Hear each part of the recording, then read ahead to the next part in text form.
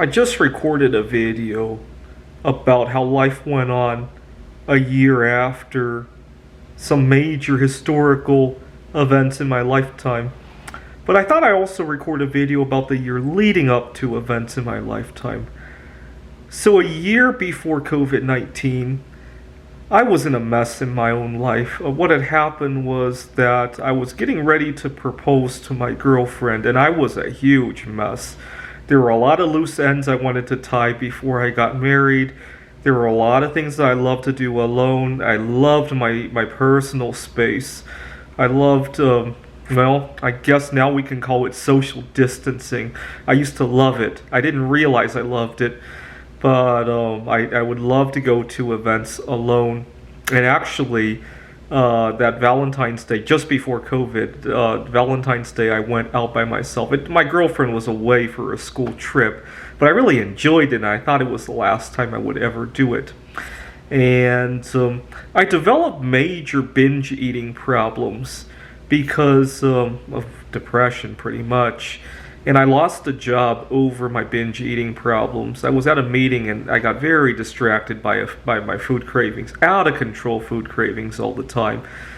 I went to a conference in Macau and I drove myself nuts because I couldn't find any of my favorite foods and I really didn't enjoy it. I went to another conference in Taiwan. That one I did a little bit better, but even still, I missed a lot of things from back home. And also it was very sad that it was, at the time, it was the last time I would go to Taiwan as a single guy. What else went on last year? Even though I lost one job over an eating disorder problem, I really found myself at another job. I'm still working remotely there and made a lot of good connections there. You know, some of my coworkers feel sorry for me that I had to break up with my girlfriend during COVID-19. I hate when people say they're sorry for me. It was an interesting phase in my life, and I moved on. You know, you never tell somebody you feel sorry for them that they took a better job, or they moved, or they graduated from school.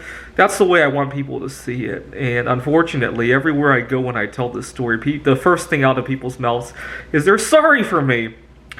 Anyways, that was the year leading up to COVID-19. Now, why do I bring this up? The reason I bring this up is that no matter how messy life is, it could always be worse, right? Had you told me about COVID-19 back when I was depressed about about my single life coming to an end, that would the single life coming to an end was nothing compared to COVID-19, right? Not that COVID-19 was all bad. There were a lot of opportunities that arose from it, right? Okay. A year before the financial crisis, I had just gotten accepted into the PhD program at Rochester Institute of Technology.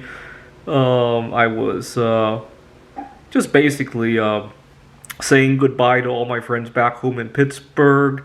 I had a good summer. I spent some time with a friend, and he and I took a trip to see some of his friends in a suburb of Pittsburgh. I took a lot of long distance walks, and my family's in a suburb of Pittsburgh called Murraysville.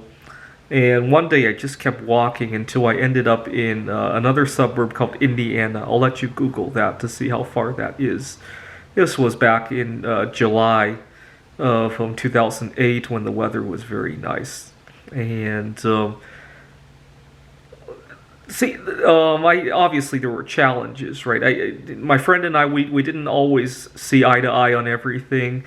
During the walk, there were times when I felt like, oh my God, I'm never going to make it to Indiana, and I was lost, and all of those troubles got completely blown away by the financial crisis the following year, right?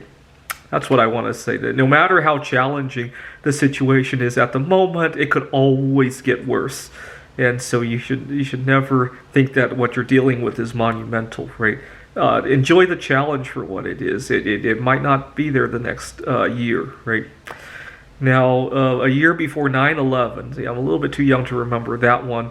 Well, my brother was born a year and a half before 9/11. I was going to college part-time. I made some good connections there. Unfortunately, I had some life events that kind of separated me from most of my friends from back then. I had a major illness when I was working on my PhD, and also I had a time when I dated a girl who took advantage of me financially, and I lost the respect of a lot of my friends. So I had a major reset of my social connections. But at the time, I made some very good connections. And, anyways, so no matter what you're dealing with, something could always happen to make that look like child's play, right? That's what I want to say in this video. Thanks for watching.